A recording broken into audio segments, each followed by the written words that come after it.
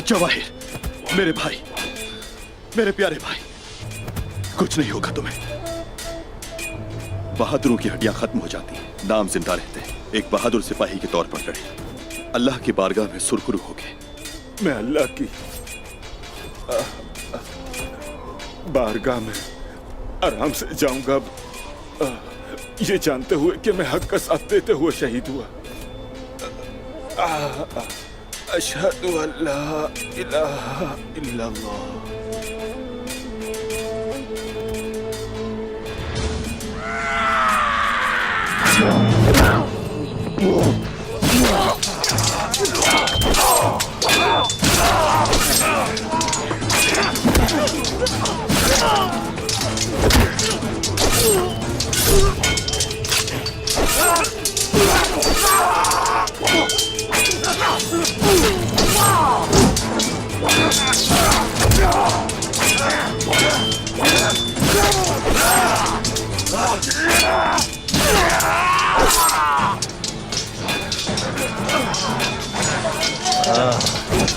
अल्लाहु अकबर!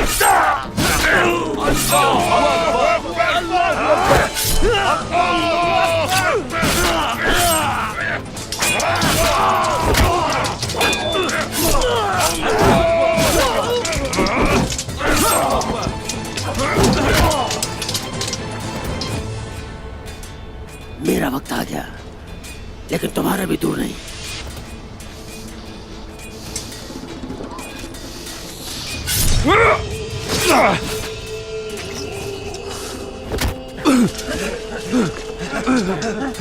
अल्लाह अल्लाह अल्लाह!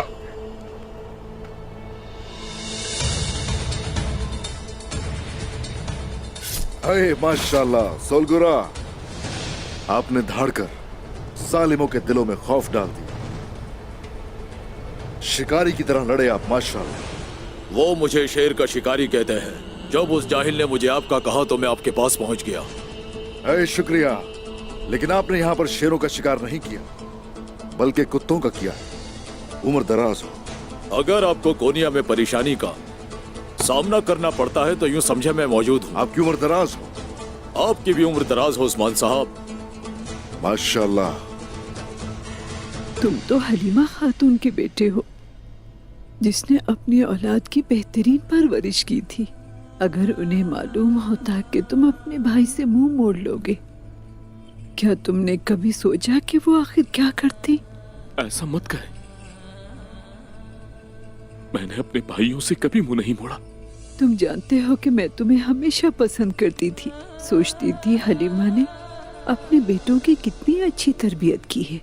एक भाई दूसरे भाई की गैर मौजूदगी में लड़ा और उसकी हर चीज का दिफा किया। मेरे दिल में कोई बुराई नहीं, मैं अब भी उस्मान का साथ देता हूं।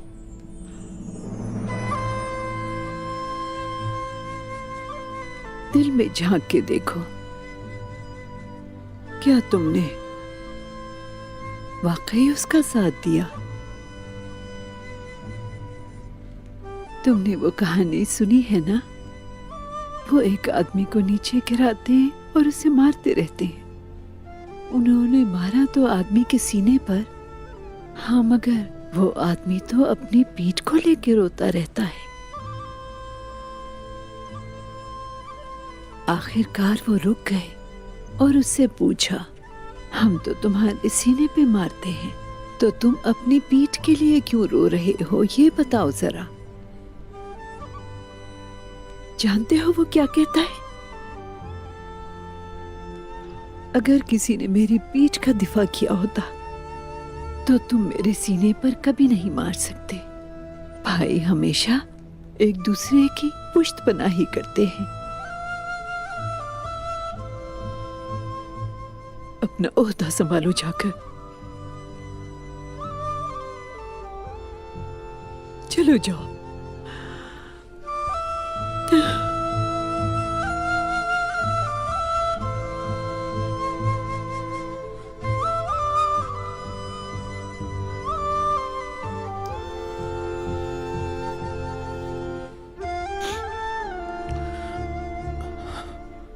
मुझे आपकी दुआएं चाहिए।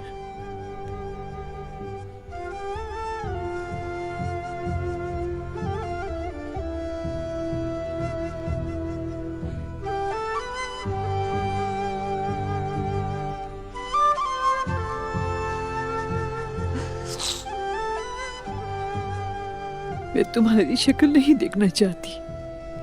जाओ यहां से।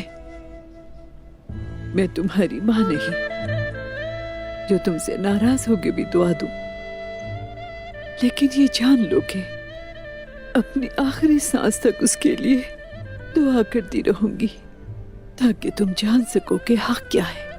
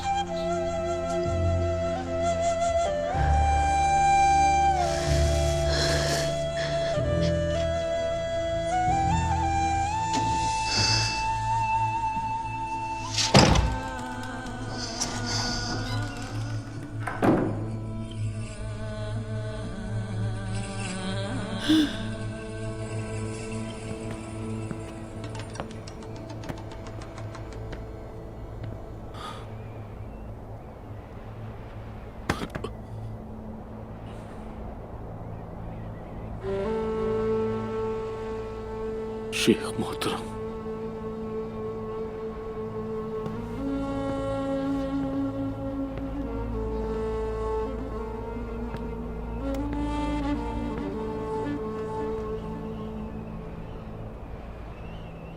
मेरा दिल परेशान है।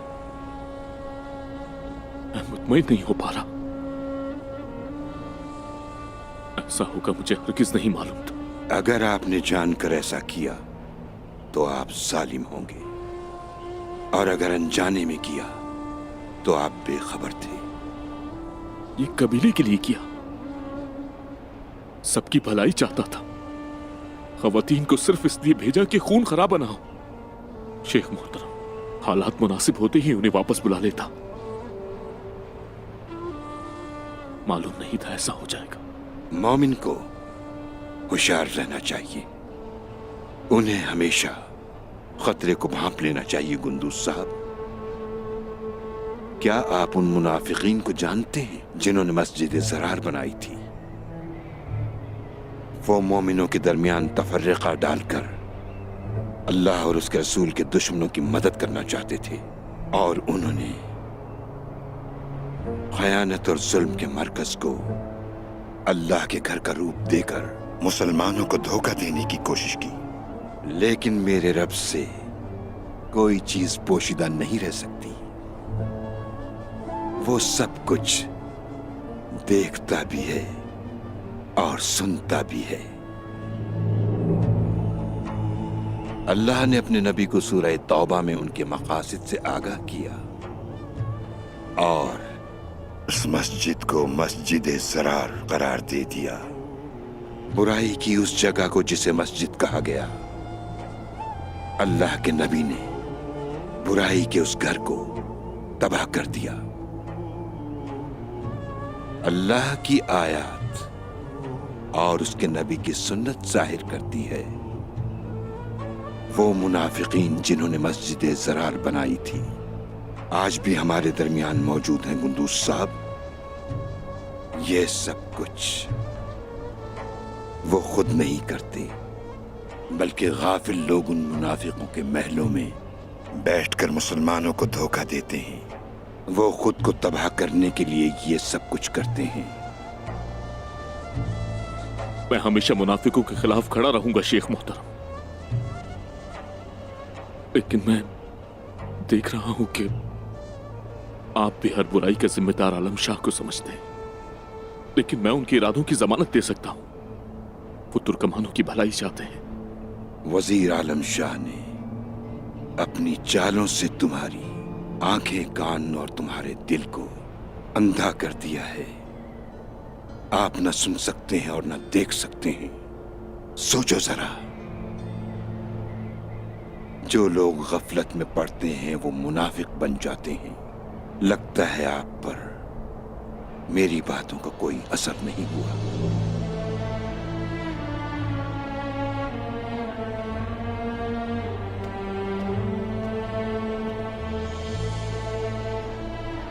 गुंदूज साहब, अगर आप गफलत की नींद से बेदार होना चाहते हैं तो अपने जमीर के तालिब इल्म और नफ्स के मालिक बन जाएं।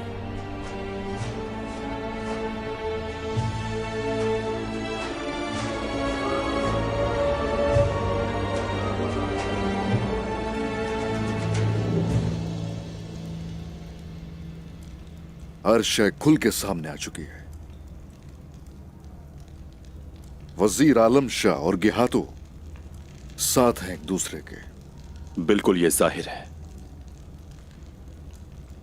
लेकिन अब हमें क्या करना चाहिए? हमने अब जो करना है वो भी वाज़ेह है। वो दोनों वाकई एक साथ काम कर रहे हैं। सुल्तान मसूद के सामने ये साबित करना पड़ेगा। और ये मत भूलो, गेहातू और वजीर लोगों को गाफिल करने में बहुत माहिर हैं। और सुल्तान मसूद, उनकी कोई इत्तला? क्या वो महफूज हैं या वो भी? ओह, अल्लाह सलामत रखे उन्हें। अगर उन्हें कुछ हो गया तो यकीन जानो हालात बहुत पेचीदा हो जाएंगे यहां पर हर किसी के लिए। अल्लाह उन्हें सलामत रखे और आसानी वाला मामला फरमाए। सुल्तान मसूद के साथ मैंने काफी वक्त गुजारा है। वो एक मजबूत इंसान है, इंतहाई मजबूत। जल्द बेहतर हो जाएंगे इंशाल्लाह। इंशाल्लाह। यकीनन सुल्तान तो बेहतर हो ही जाएंगे, लेकिन उस्मान साहब, हम उन जख्मों को कैसे भर पाएंगे जो उन्होंने आपका कबीला और मुझसे मेरा कला लिया, जबकि हमारी रियासत समझती है कि हम गद्दार हैं। ऐसे में हमें अब क्या करना चाहिए?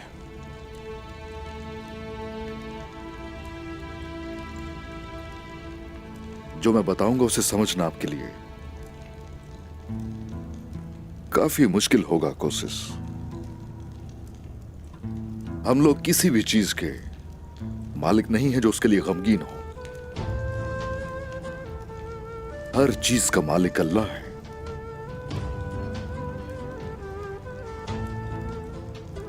मेरा कबीला मेरी जिम्मेदारी है और उसकी खिदमत करने के लिए जो हो सका वो करूंगा। मेरा मकसद सिर्फ यही है और कुछ नहीं। कोई हमारे बारे में क्या सोचता है इससे कोई फर्क नहीं पड़ता। हमारी नीयतें भी खालिस हैं और दिल भी हक की राह पर चलता है। शुक्रिया। इसका मतलब तो आप ये कह रहे हैं कबीलों और कलों की कोई अहमियत नहीं होती। आप इस बारे में क्या कहते हैं तुर्बित? एक दिन हमें यहां से जाना ही है, इसलिए किसी सूरत नहीं घबराते। हमारा अल्लाह पर पुख्ता यकीन है। मुझे ज्यादा परेशानी है तो मारी की है। मारी एक बहुत मजबूत लड़की है। मैंने अपनी बहन को हालात से लड़ना सिखाया। शुक्रिया। काई की खवातीन भी उसके साथ हैं। वो एक दूसरे की हिफाजत जरूर करेंगी उस्मान साहब। वो जरूर एक दूसरे की हिफाजत करेंगे जैसे हम एक दूसरे की हिफाजत करेंगे।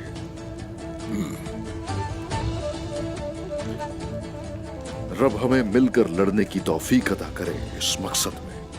आमीन। मैं अपना कला तो जरूर हासिल करूंगा और अपने लिए बेहतरीन रास्ते का इंतखाब भी। और अब तो आपसे मेरी कोई दुश्मनी भी नहीं रही, बल्कि अब तो हम दोस्त बन गए।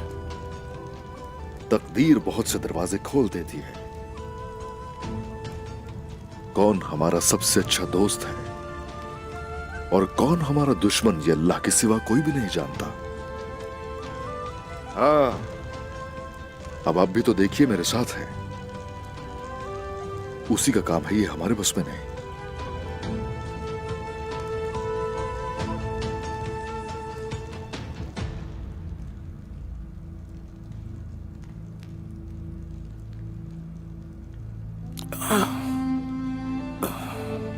सुल्तान, मेरे सुल्तान, या अल्लाह तेरा शुक्र है।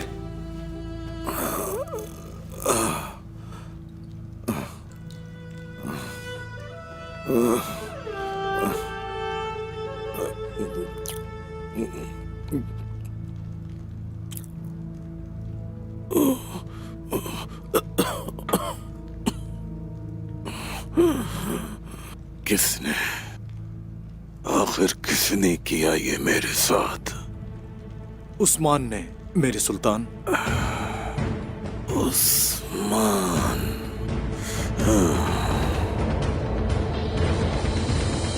उस्मान महल से भाग गया है, हम उसे तलाश कर रहे हैं। वो कहते हैं कि वो कोनिया से फरार हो गया है। सुल्तान अभी जिंदा है। उस्मान, तुम फिर बच गए, हाँ? लेकिन तुम्हारा सर आखिर में मैं ही काटूंगा।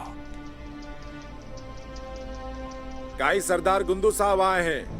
आने दें।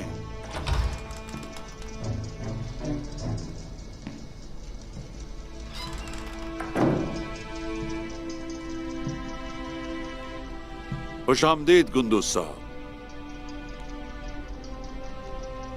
मुझे आपसे कुछ जरूरी बात करनी है।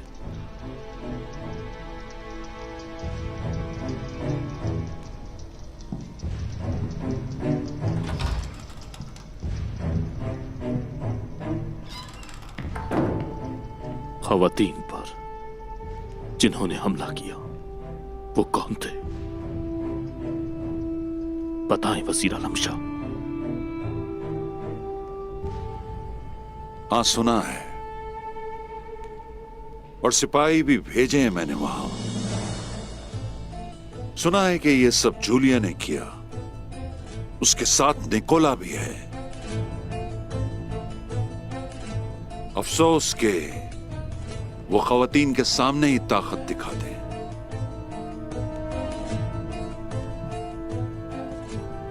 निकोला, उसने मेरी ताइशान को जख्मी किया। निकोला अपने महल से कदम बाहर निकालेगा तो वो इसकी कीमत अदा करेगा। वजीर आलम शाह, मैं तुर्कमानों को जमा करूंगा। इसकी जरूरत नहीं गुंदू साहब। कल जब आप हरमानकाया पर कब्जा कर लेंगे तो वो अपने किए की कीमत अदा करेगा। सुने, आज रात निकोला के पास जाऊंगा मैं उसे रोकूंगा और कल आप अपने सिपाहियों के साथ हरमानकाया फतह कर लेंगे। मगर निकोला किसी भी वक्त बुरी चाल चल सकता है। तुर्कमान सरदारों को अपने साथ लाएं, वो आपको हरा नहीं सकेंगे और वो इनाम के मुस्तहिक भी होंगे।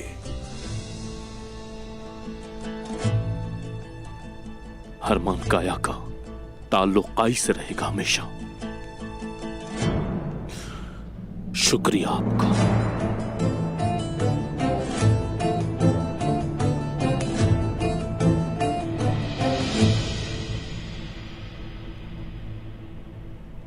एक बुरी खबर है गुंदू साहब। मैं आपको परेशान नहीं करना चाहता, मगर मुझे कोनिया से खबर मिली है। उस्मान कोनिया में है। उसने सुल्तान से बात भी की है। शुक्र है या अल्लाह, तेरा शुक्र है। उसने सुल्तान की पीठ पर छुरा घोंपा। उसने उन्हें मारने की कोशिश की और फिर भाग गया। क्या?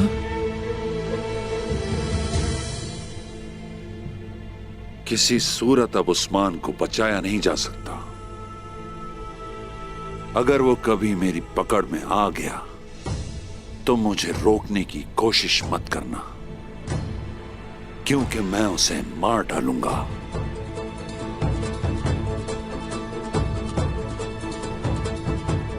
और आपके फराइज कबीले के सरदार के तौर पर जारी रहेंगे। अपने लोगों को उनका हक दें।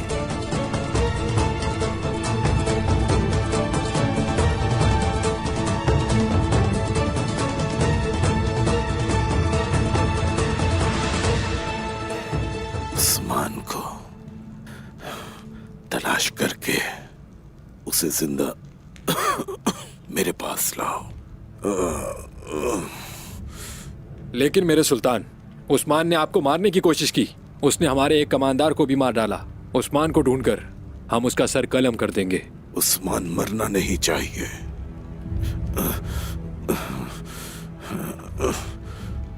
मैं उस शख्स से जाती तौर पर खुद पूछूंगा। जाओ ढूंढो उसे।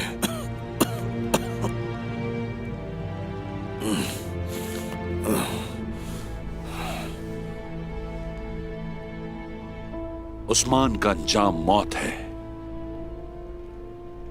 और उसकी मौत उसे खुद यहां खींच कर लाएगी। सलजान खातून कैसी हैं? वो ठीक नहीं है, उनका जख्म बहुत गहरा है। ऐसे में वो क्या करेगा कोनूर, जबकि उसकी मां बिस्तर मर्ग पर है? मुझे यकीन है कि वो अपनी मां से मिलने जरूर आएगा।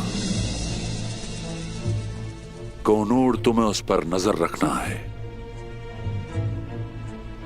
जैसा आपका हुक्म जनाब।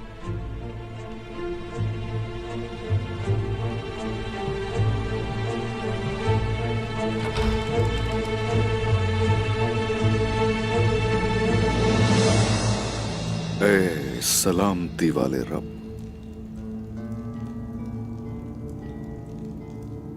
जालिमों की चालों से, मुनाफिकीन के शर से खौफजदा मैं कभी नहीं हुआ। हमेशा तेरी ही बारगाह में पनाह लेता हूं। तेरे ही इनाम पर हमेशा तवक्कल करता हूं। या रब्बी, या रब्बी,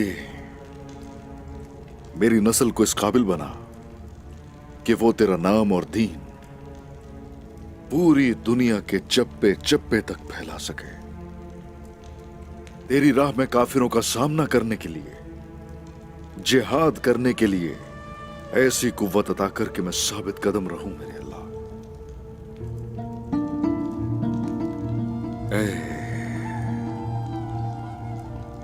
ए मालिक कुल,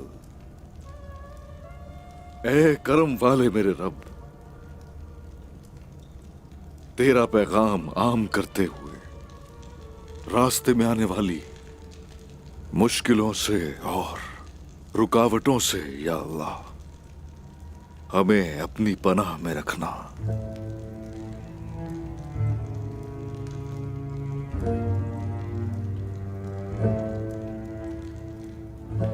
ऐ अल्लाह,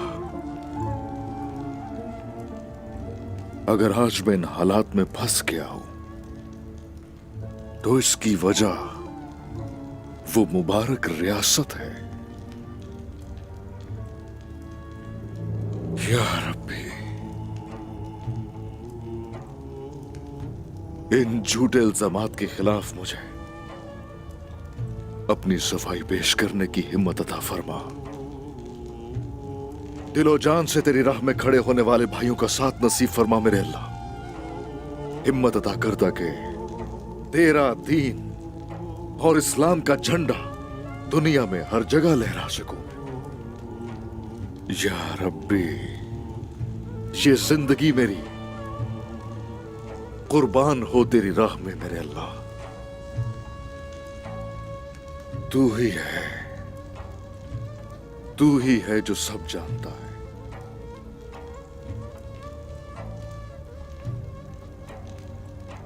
सामने आने वाली हर दीवार को मेरे अल्लाह नेस्तो नाबूद करने की ताकत अता फरमा। मैं वो रियासत चाहता हूं जो दुनिया पर राज करेगी तेरे हुक्म से। ऐसी रियासत वजूद में लाना नसीब फरमा या अल्लाह। आमीन या रब्बी।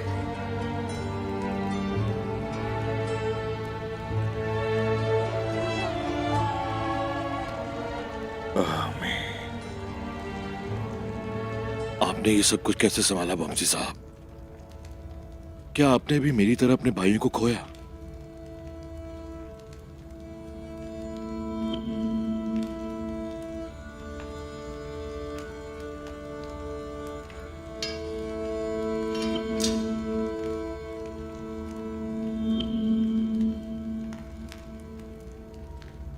मुझे कोई मशवरा दें। बामसी साहब की 2 अजीम तलवारों, बामसी साहब भी तमाम तकलीफों से गुजरे जिससे मैं गुजर रहा हूं। मैं जानता हूं कि तुम इसकी शाहिद हो।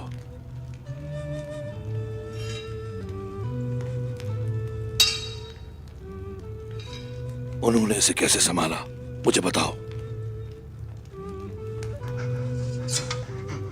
हाँ? मुझे बताओ।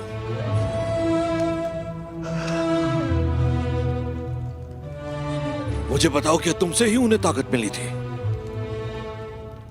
मुझे भी बताओ जरा।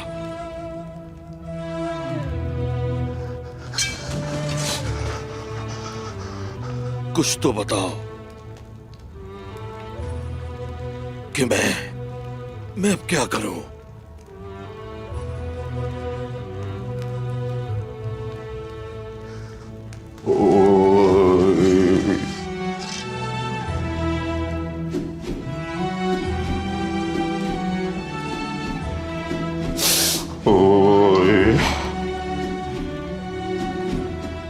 मुझे बताओ,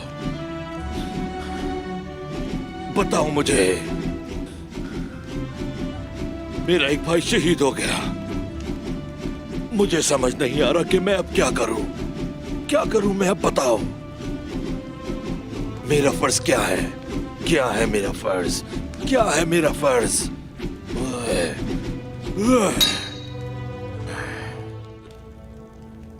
मेरा फर्ज लचकदार बनना है, जैसे बामसी साहब थे। उनमें से हर एक को काटकर मौत का मजा चखाना है। मैं कसम खाता हूं, ये तलवारें